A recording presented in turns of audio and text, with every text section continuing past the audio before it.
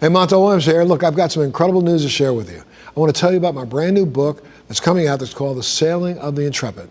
Now, this book is more than just an historical account. It's a tribute to the brave men who served aboard the USS Intrepid and a celebration of their extraordinary legacy. Writing this book was such an incredible story, and I'm really thrilled to be able to share it with you.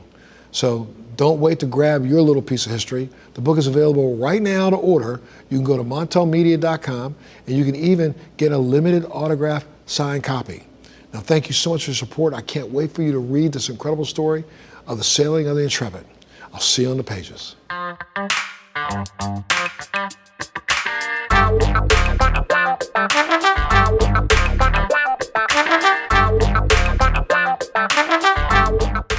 Well, hey guys, welcome to Let's Be Blunt with Montel, where we have candid conversations about cannabis, its potential, and the remarkable impact it has on lives of individuals and industries alike.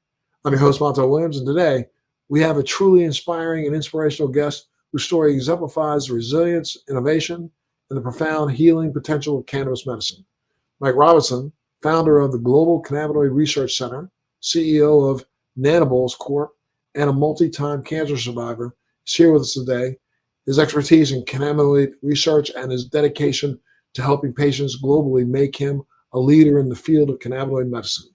But what makes his story extraordinary is how he has beat cancer, not just once, but multiple times, with the help of cannabis medicine.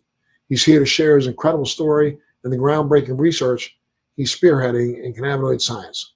Welcome to the show again, Mike. How you doing, my friend? Doing great, Montel. Thank you so much for having me. Absolutely. Thanks so much for being here. Look, you've faced some difficult health battles in your life, from severe epilepsy to chronic Lyme disease to PTSD and, of course, cancer. Can you walk us through your health struggles and the pivotal moment that you decided to turn to cannabis for healing? Well, my health struggles started so long ago. In 1995, I was in a professional auto racing wreck that caused paralysis to my right side. Back at that time, I just smoked cannabis. I didn't really know how to use oils. I don't think much of anybody did, and in 2003, I got cancer for the first time, non-Hodgkin's lymphoma, and it was cut out successfully. About 6 treatments in, the paralysis came back to my right side. And at that time, I was like, this will never happen again. It took me 3 years to walk again after that. So I have to jump all the way ahead to 2015, before cancer came back again. And I'm focusing just on cancer right now, and when cancer came back again, it came back with 2 sidekicks. So I didn't have one cancer. I had non-Hodgkin's, which I had originally in 2003, but it came with nodular histoic along with prostate. So I had 3 different cancers that were late stage diagnosed at one time. And, I had to make the decision to go all in with cannabinoid medicine at that time. I had no choice to go back to chemotherapy or anything like that because my body has issues with the radiation. I tend to, with the paralysis coming back with one shot, I just decided just no more. And truly, I didn't think I was going to live through the 3 concurrent late stages with non-Hodgkin's at stage 4 again. So I went on the road giving away cannabis oil all over, and a lot of people got to know me that way. And eventually, I met my family that I have now, and it just the long winding road brought me eventually to the American Academy of Cannabinoid Medicine, where I became a director under Dr. David Bierman. And about a year later, I founded the Global Cannabinoid Research Center.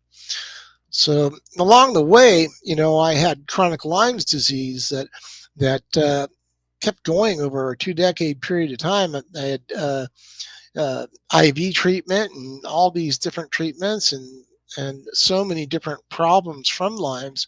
And while I was using oils for other issues like seizures, I happened to take out Lyme disease, not even aiming at it. I had no idea that THC oils and that kind of thing would do that. So along the line of everything I did in just treating myself, and the total cancer count is 5 times. So there's 5 different times I was diagnosed with cancer, at least 1, if not 2 or more.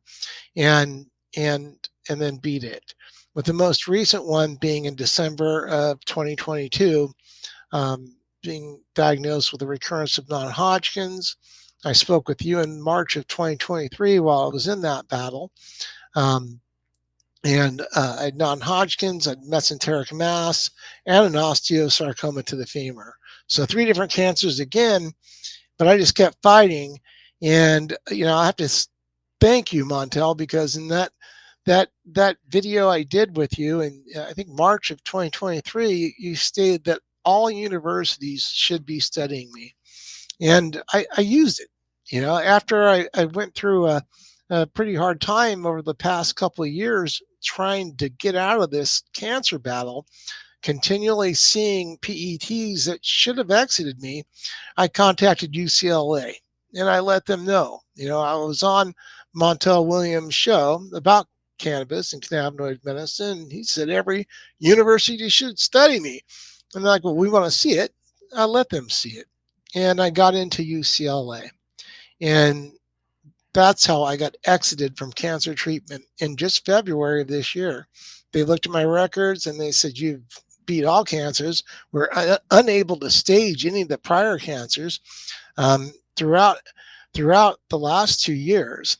And they went further to state that non-Hodgkin's lymphoma, regardless of how I treat it, was cured. It had been over 5 years since it was positive, and not one but 2 different bone marrow biopsies came back negative, and that's telltale gone. And I was like, I don't like using the word cure, especially with the kind of treatments I use. And the UCLA doctor just shut me down. It's like, it doesn't matter what kind of treatment you use. I'm looking at whether or not you have cancer or not. And what I'm seeing is not. So it's been an amazing journey over this past decade plus, and in using cannabis oils to not only beat cancer, but beat the opioid addiction that started with that racing wreck way back in 95.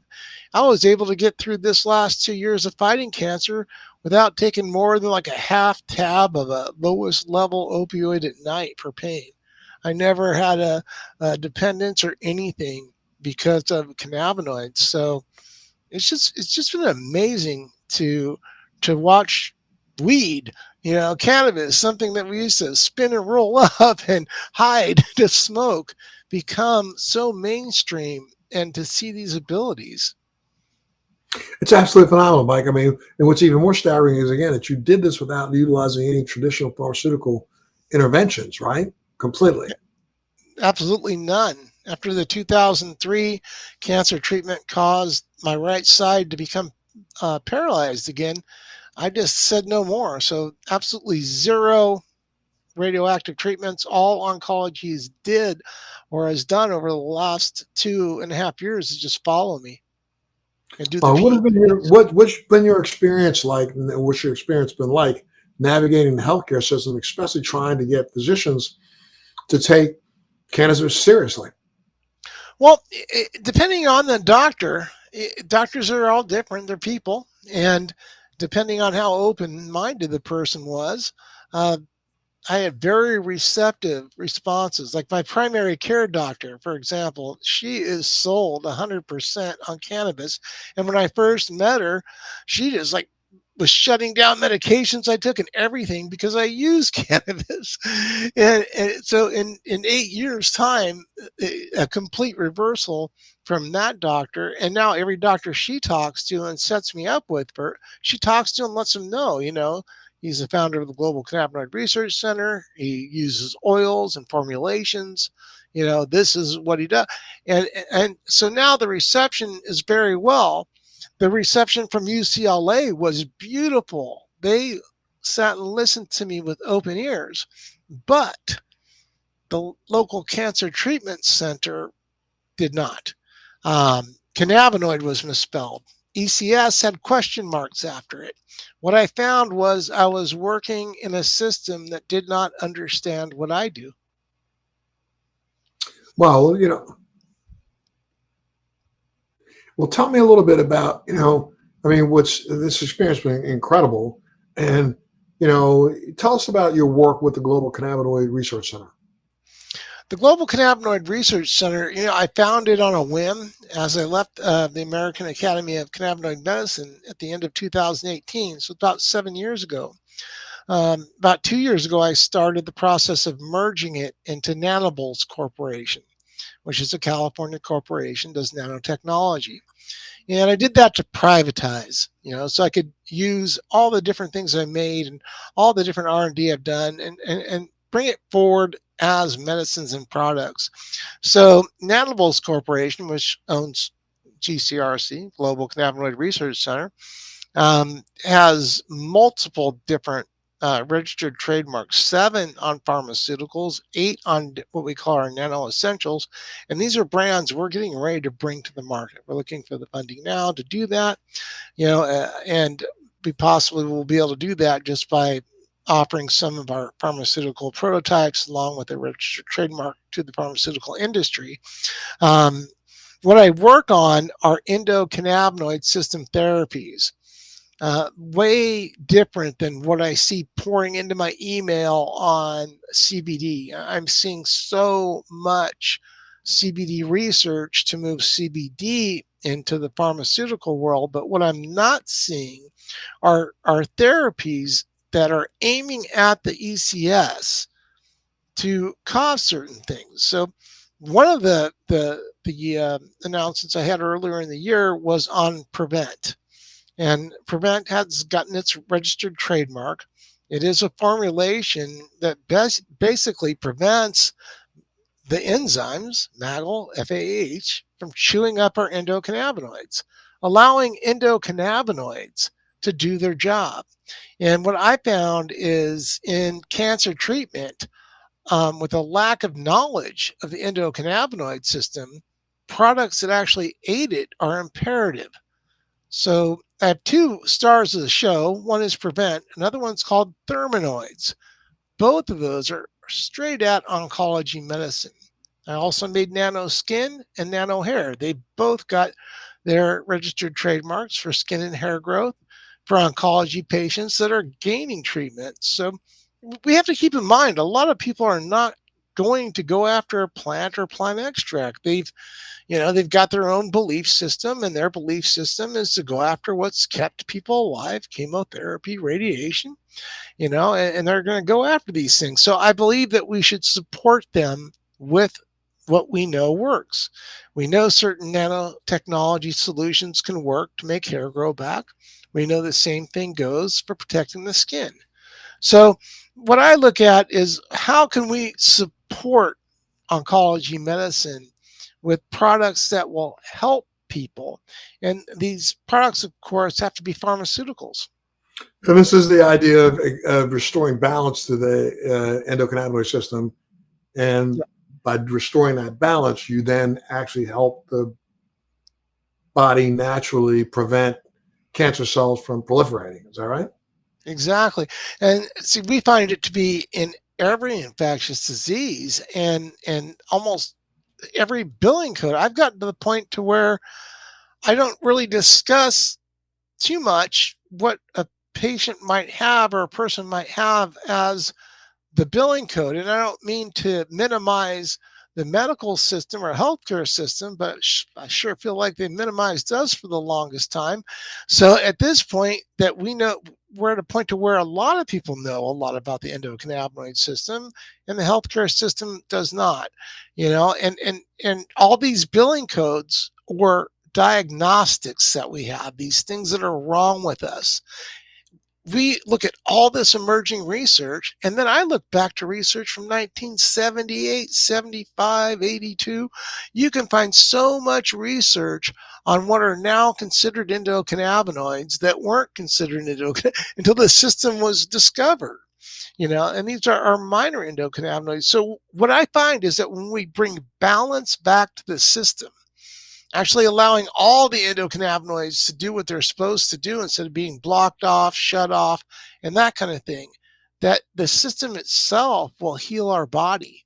And I don't know how much more I can beat to prove that point on my own. I had a stroke last summer. I had a stroke in January 2023. So during this cancer battle, I've had 2 minor strokes, but both of them required walkers, walking sticks. My speech was affected, and I'm back. And I feel like, we really must push the knowledge that we have on cannabinoid medicine, cannabis, and the endocannabinoid system to our doctors as patients. I feel like all patients have this responsibility now because we've got some knowledge, and we may feel shut down, but sometimes it just takes breaking the ice. I felt shut down a lot, but I'll tell you, when I walked into UCLA and I had the video all queued up, ready for you to say all universities should study this man, he took my phone and started listening. Wow. Well, let's talk a little bit about your brand, Genevieve's Dream. The story behind this brand is so deeply personal. Can you share a little bit about that with our listeners? Sure. Genevieve's Dream, it's actually launched now. It's on Genevieve'sDream.com. We actually got that going. It's so exciting because, all the way back in 2019, I made this thing called Carousel Challenge for Genevieve. Even as a website, carouselchallenge.com. People go on a ride because Genevieve loves carousels. I figured, I'd do a nonprofit, something like that, and get a carousel back in Santa Barbara after her favorite one she grew up on just moved away one day. We bonded on this carousel. And the first year I was with Genevieve, and started calling me daddy. A nonverbal autistic girl is very verbal now. And Genevieve's almost 22. But so I make the carousel challenge in 2019, try to get it funded. And in a very short period of time, the pandemic came. And the next thing you know, getting anything funded or going was just a no-go. So what I had done is I decided to make Genevieve's Dream. Carousel Challenge couldn't get funded or wasn't getting funded. So I decided, okay, let's put a product on the market with CBGA. It's the first thing I gave Genevieve, along with THC and CBN. That was the very first thing I gave her. But in order to balance her, because she wouldn't respond to CBD well, I had to come up with something else. And that's what I call Genevieve's Dream today, is what she needed almost 9 years ago. And it was a long haul getting to where we're at today with the soil to oil farm operation in Chesterfield, Massachusetts. I started off launching the website, looking for a joint venture partner. And, one thing led to another, and things just started falling apart. In the pandemic, that delayed us out a year. Then we had the big OSU study about CBGA come out in January of 2022 as the pandemic was coming to an end, where they found that CBGA and acidic cannabinoids in the petri dish actually stopped COVID from replicating. So when that happened, the price of CBGA went through the roof. Everybody wanted to grow it. And during all this time, I had a lot of industry people come to me and, hey, let's make the brand. And, but I got picky. And the reason I got picky is I'd been doing a lot of collaboration with a late professor, Raphael Mishulam. And the reason I'd been doing that collaboration, of course, I'd met him back at the academy in 2018, and I had been collaborating on and off over different things throughout the years, but I had a lot of interest in all the different converted CBD products and why he himself did not launch his own, conversions that he patented back in the late 60s. And he just had his own issues and didn't go deeply into them. But what I wanted was a farm for Genevieve's Dream that was true to the plant. And that meant you actually extract what you grow, and that is what's sold. I understand that their lab conversions can do things for people, and some people favor them. And I'm not here at all to put anything down. Instead, I'd rather raise up people that grow plants, extract from those plants that are grown, and that's what's served to the patient, is actually just straight from the farm. That's what I truly love, and all these years later, and we went through 7 different attempts. I've got all these different labels in my computer, and I go through them now to look at the history, before I finally just did a Hail Mary in around Christmas time. I talked to Genevieve's mom, Anne Marie, and I was like, I'm going to do one last press release looking for a farm partner and look for exactly what I want. If I don't get the response, I'm going to let the websites go. And she was like, good. I'm tired of it. It's been years and years. So I put a PR out, and I got 2 brothers, Michael and Brian Lupario out of Massachusetts responded to me. And I did one press release on Researcher. This is Researcher, and it actually has a product called ECS Balance. So I was like, I want to do this Researcher brand. And the actual logo that we use is what I put on the press release.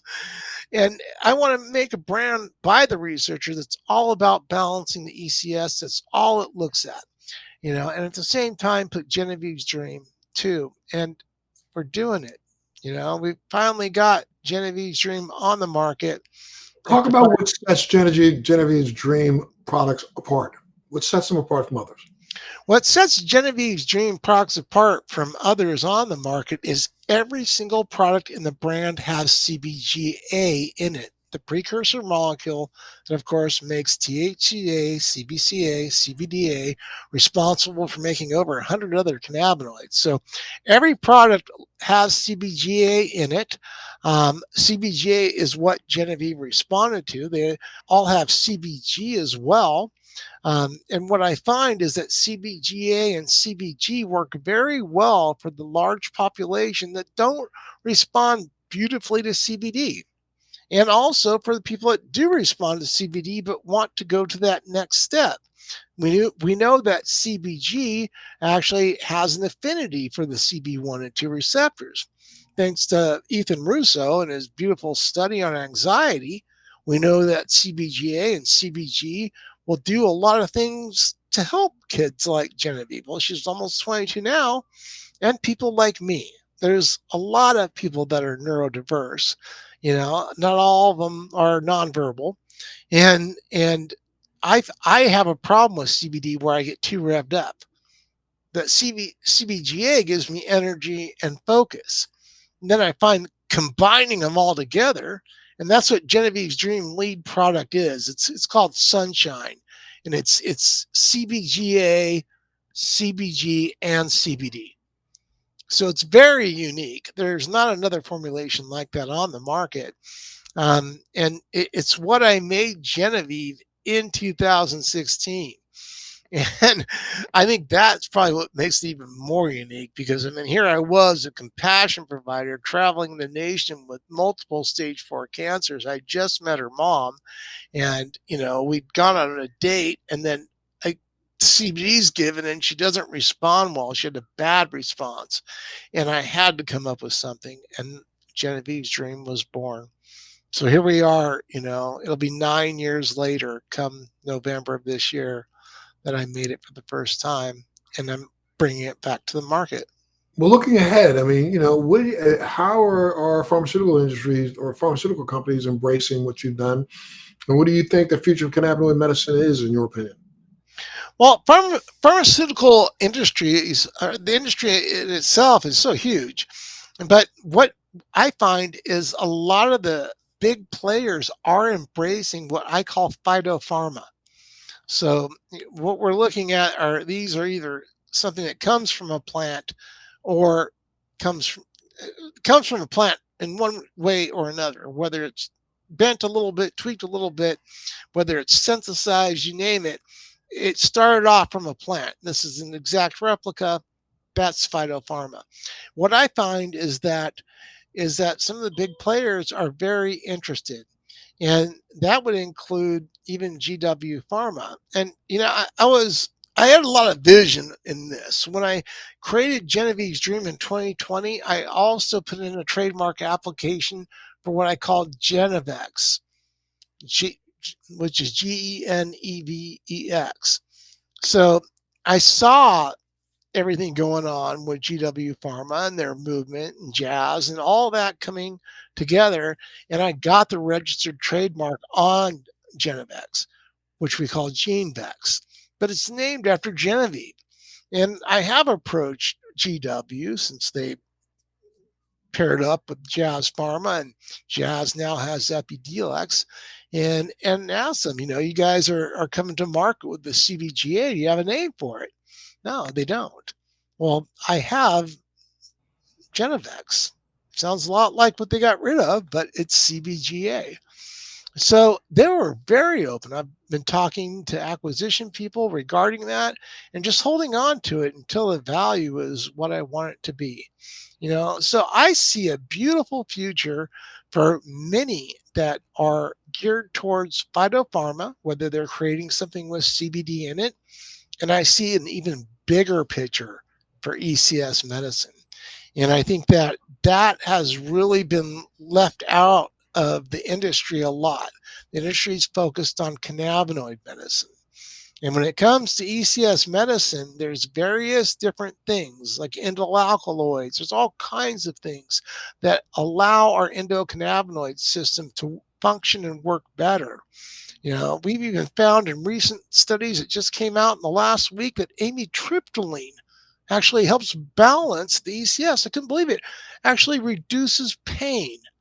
And not that I'm telling people to go out and get a medication for depression, but the researchers said the same thing. The researchers came back and said, well, this is something different to see a pharmaceutical for depression actually working on the endocannabinoid system to bring it out of dysfunction. What I find is that we have various states of ECS dysfunction, and some of them have symptoms that are diagnostics right now, like CUD, CHS, CBS. Ultimately, I believe that these diagnostics need something to go next to them. Like this is from cannabis use. These things happen. Okay, now there's also things that happen when we inherit an endocannabinoid system that's upregulated. So the person that has an upregulated system all the time can smoke THC without getting tolerance, without having the problems that some people will have. The person that has a naturally downregulated system, they smoke too much THC, it makes them sick. It causes sicknesses to come. And my biggest message I could possibly send as a cancer survivor is my system was so dysregulated, it was unreal. I was a race car driver that sucked in all kinds of exhaust and racing fuel and that kind of thing. And it didn't matter what I did. I spent 40 years of my life smoking weed, a lot of it, and only THC. So there was really no balance in my system. So I continually work on ECS balance for myself every day. It doesn't matter if diagnostics go away. I want to live as long as I can. And what's next for you personally? Personally, what's next for me is looking to advance this dream farm thing for Genevieve, because all of this is for Genevieve. I came and knocked on the door to bring oil to a girl, and my girls, Genevieve's dad died when she was only 4. Her sister's dad died 4 years ago. So I got 2 daughters that lost their dad, and everything I do is for them. I'm not looking to create a future gold mine billion for me. I want my daughter's future. I created the Dream Fund so Genevieve gets 10% of the net proceeds after cost of good on the sales, and it goes right into a fund that will care for her, because I won't live forever, but she's only 22 this summer, and I want there to be funds there for her. So in my personal future, I'm always looking just to make that life of Genevieve's better, and her little sister Sydney. What are some of the biggest challenges that you faced, and how do you overcome them, my friend? How do you not just get so, frustrated and give up, but how do you keep moving forward? Well, faith is one thing that keeps me moving forward. We all have different beliefs, and I just believe that I'm here for a reason. I wouldn't have been sent to this house for no reason. I don't believe that I keep getting cancer just because I race cars. I believe it's because I have a lot of knowledge and I keep beating it. So I'm prepared for it to come back. So I mean, it's So that people, if people want to reach out to you to get more information from you, where they go? they could go to nanables.com. I also have researcherog.com, which is like more of my personal website. Um, Genevieve'sDream.com is for the brands Researcher and Genevieve's Dream. I'm relatively easy to find online. I have over 40 social media accounts. Okay, great. And are there any upcoming projects at Nanables that you're really especially excited about? I'm really excited right now about nanoterps. We're moving out of R&D into development at this time with nanoterps. I actually had talks this morning, and what's exciting about all of it is the Genevieve's Dream website is going to sell the products that are nutraceuticals that Nanables makes. We won't be selling directly off of Nanables. It's all we want Genevieve to do the best she can. So nanoterps, which is a water soluble terpene creation, is getting ready to launch. I would say we're less than 60 days out from putting that to market, and it's a 5-year creation. I believe in stabilization. I believe in making something and making sure it's going to work, making sure it's going to be stable. Every time I try to do something without that, I end up with a big stack of stuff that I would not, I don't even want to throw away, Sure. just garbage basically. So, you know, but just nanoterps, I'm really excited about because it's the ability to balance the endocannabinoid system by something going on in your skin, and it smells good. It helps everything, and what's beautiful about it is full spectrum hemp terpenes. We're below any detectable amounts of cannabinoids to call it a cannabis product, and it allows us to just spread it around the world, and that's exciting. And are you collaborating with any other organizations to help do this? I mean, how important? Yeah, Western Say it Massachusetts again. Hemp. Say that again. Western Mass Hemp is our partner on the Dream Farm, and also a collaborative partner with Nanables and Global Cannabinoid Research Center on the different nano essentials. So um, potentially we could put 4 or 5 more brands onto that website through our contract. And where do you see the biggest opportunities for improvement in patient care are today? I mean, when it comes to utilizing cannabinoid research. I think the biggest opportunity for patient care is more so an opportunity for doctors, healthcare providers, and everybody else to move to the next level and learn more about the endocannabinoid system. I don't know if you're familiar with Dr. Uma, but she's pretty Dr. well known. Dr. Dr. Uma, Uma? Oh yeah, yeah. out of Massachusetts. Okay, yeah, out of Massachusetts. Well, Yeah. Dr. Uma, I actually bought cannabistheexitdrug.com and gave it to her when I quit opioids because she was the one that helped me. Um, I've been talking to Dr. Uma for the last several years about collaborating on a book I've copyrighted called The Art of Endocannabinoid Medicine. And I believe that 2025 will be the year that we start that and get it going. We need to have scholastic material that goes all the way from high school level through college that teaches what the endocannabinoid system is and what it does. But you do see that there has been even with all the research that's been done, all the information that's been out there, there is a solid pushback from the traditional medical community against adding cannabis science into their daily use. Right? I mean that's being fought at lots of university levels around the country. It's a solid pushback. The only place I don't have it is internationally. That's the reason why I'm the Global Cannabinoid Research Center. I saw this pushback as the director of communications at the American Academy of Cannabinoid Medicine. It was continual. And it almost seems like as we move towards what was going to be legalization and now sort of we don't know, even more.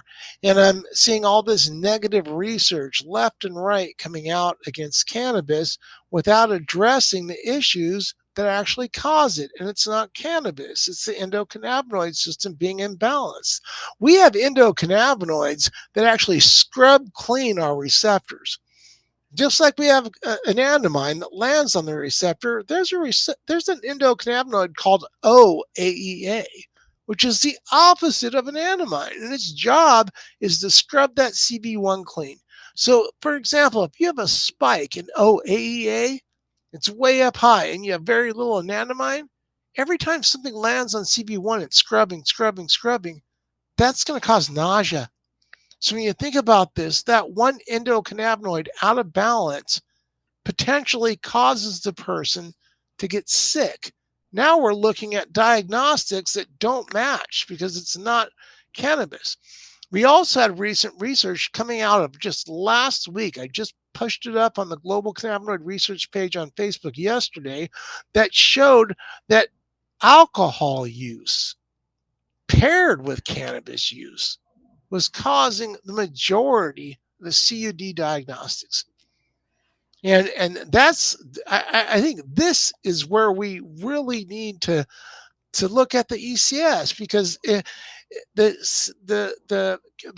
cannabinoid hyperemesis syndrome diagnosis is very hard to pinpoint as accurate. Sure, it does happen to people, but I believe that a fair percentage of these diagnostics have left out alcohol use in that night or something else that also causes the person to get sick.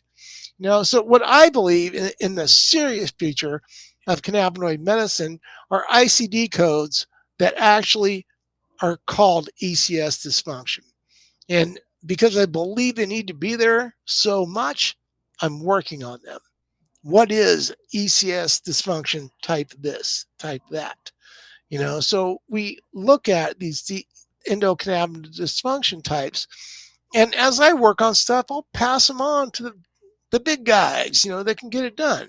And where would you send a patient who's looking to get more information and more resources about their own conditions when it comes to getting more information about the ECS system? Where would you send them? Where would you recommend them? Pick up my phone and talk to them. I keep myself available to patients all the time. I mean, I let patients have my number. I have 2 different phones. One's for my family, one's for work, and anybody can text me at any time. I'll answer as many people as I can. Now, one person can only do so much. So the researcherog.com blog is loaded with endocannabinoid system information. It's got a ton of blogs that actually go over how the endocannabinoid system is involved in this problem, that problem. Say the name of it one more time. researcherog.com. Okay. So that's sort of the moniker I have. I've been around for a long time, so I OG. With all the information that you have, I'm just surprised that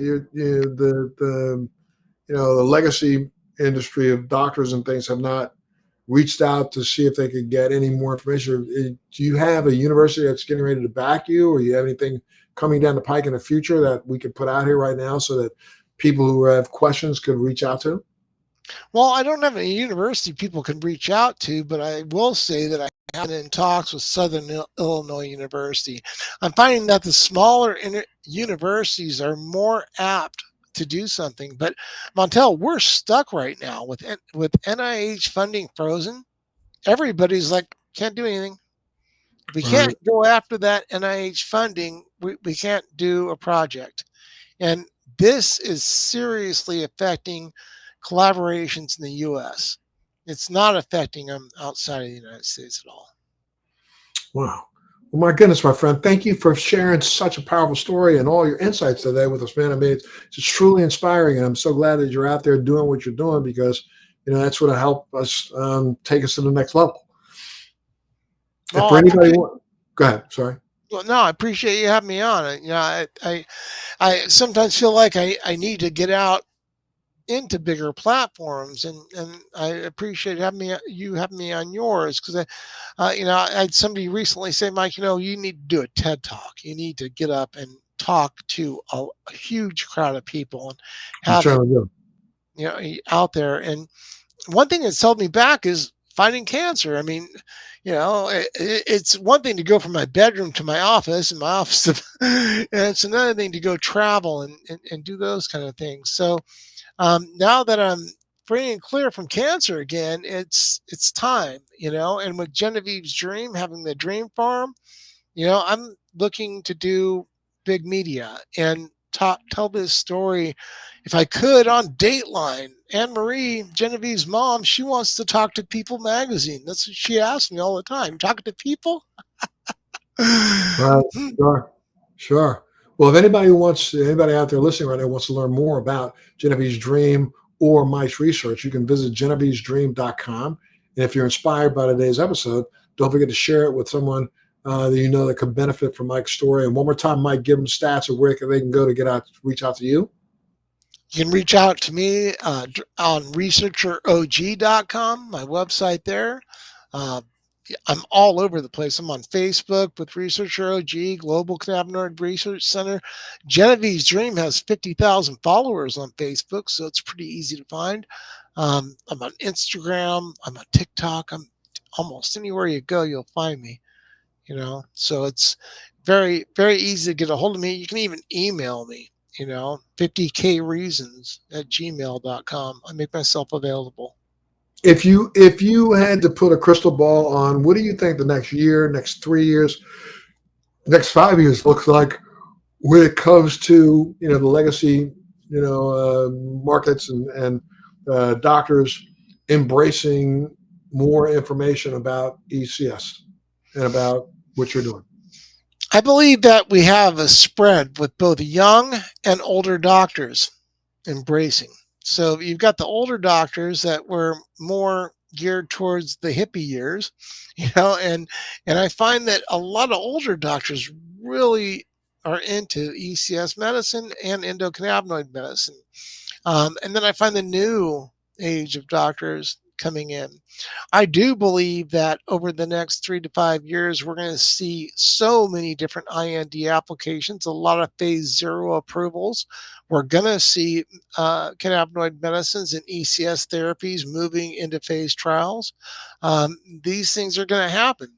This is what's wanted and desired, and I believe that despite the lack of NIH funding and things like that, that we're going to thrive, that the phytopharma world will jump up and rise. There's so much R&D being done. The number of calls I get from entities connected to Bayer, Johnson & Johnson is just an incredible rush and increase. Absolutely. Well, thank you so much, Mike, for joining us again, man.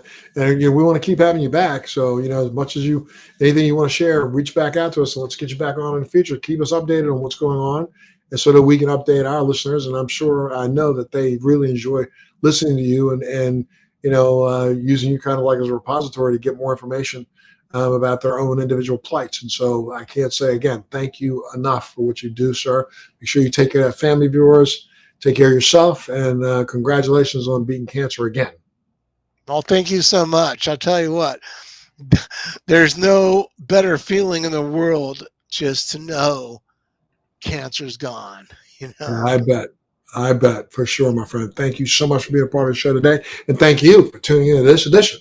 Let's Be Blunt with Montel. Thanks for joining me on Let's Be Blunt with Montel. Please make sure you're subscribed and hit the bell to be notified when new episodes post each week. We'd love to hear your feedback also, so please send us your comments. Military Makeover is so grateful for the support of Purple Heart Homes, a nonprofit organization that rebuilds and transforms the homes for our veterans. Our heroes come home with sacrifices most of us can't imagine. As a veteran myself, I've been there and founded Purple Heart Homes to help. When I tell the story of Purple Heart Homes, it's the freedom to not have to depend on somebody else to do the simple everyday things in life. Visit phhusa.org/makeover to learn how you can help.